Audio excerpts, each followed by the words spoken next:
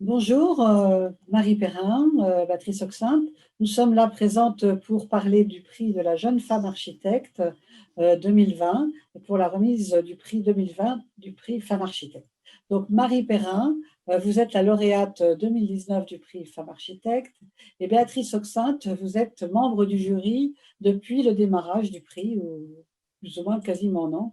Ce prix dispose du soutien du ministère de la Culture, de l'Ordre des architectes, de BNP Paribas, des Ciments Calcia, de Cogedim, de Unibail-Rodamco, Bâti Actu, et Théma Architecte et le Journal de l'architecte. Béatrice, vous êtes membre du jury depuis le début. Vous avez participé à toutes nos conférences, ou presque. Que pensez-vous de ce jury pour cette année? Eh bien, c'était un jury riche, mais j'ai envie de dire que c'est chaque année très, très riche, le fait d'intégrer à chaque fois les lauréates des années précédentes, mais aussi des architectes d'Europe. Donc, on a toujours des discussions sur le fond, hein, sur l'architecture. Je crois que c'est toujours ça l'important dans ce genre de jury.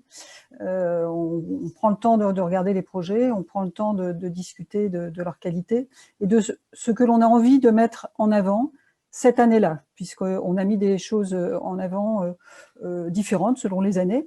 Donc cette année, je pense qu'il y a, enfin c'est intéressant puisqu'il y avait des tendances non pas contradictoires, mais complémentaires, et ça se ressent dans le résultat, où chacun il trouve son compte, sans dévoiler la suite.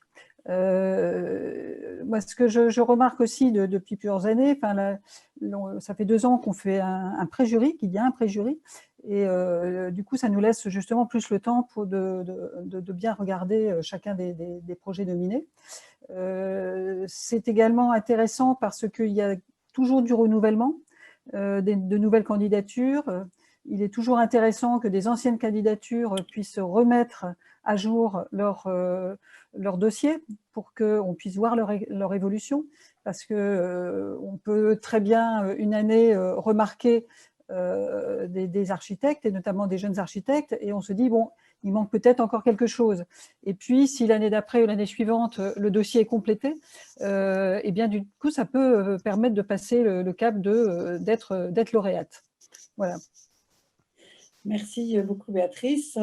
L'année dernière, nous avions eu comme lauréate dans la rubrique Jeune femme architecte Marie Perrin. Qu'est-ce que vous pourriez nous dire sur les lauréates de cette année et sur la façon dont s'est conduit le jury grâce à votre aide, notamment? Eh bien oui, merci Catherine. En effet, je suis très heureuse d'avoir participé à ce jury. C'était en effet, comme Béatrice l'a dit, très riche d'échanges entre nous et de débats. Donc j'ai été présente dans toutes les catégories pour voter.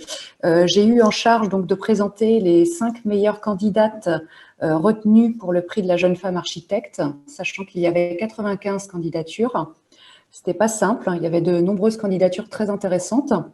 Mais j'ai exposé la démarche et les 5 projets donc, des 5 finalistes, et le jury a voté, qui a appliqué à la compréhension d'un contexte d'un programme et ses enjeux.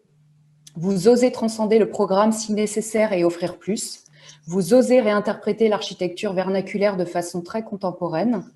Vous travaillez aussi bien à de gros projets qu'à de petits projets avec des sujets complexes. Votre plume est poétique et pertinente. Votre motivation et la conscience que vous avez de votre métier, son intérêt et sa plus-value apportée est admirable. Félicitations donc, et continuez cette voie car elle sera à coup sûr florissante. Merci Marie. Donc, merci pour votre aide, notamment pour le choix des lauréates pour le prix Jeune Femme. Mais bien entendu, sachez que les nouvelles lauréates seront également au jury l'année prochaine pour choisir leurs futures successrices. Donc, je vous donne rendez-vous pour la suite.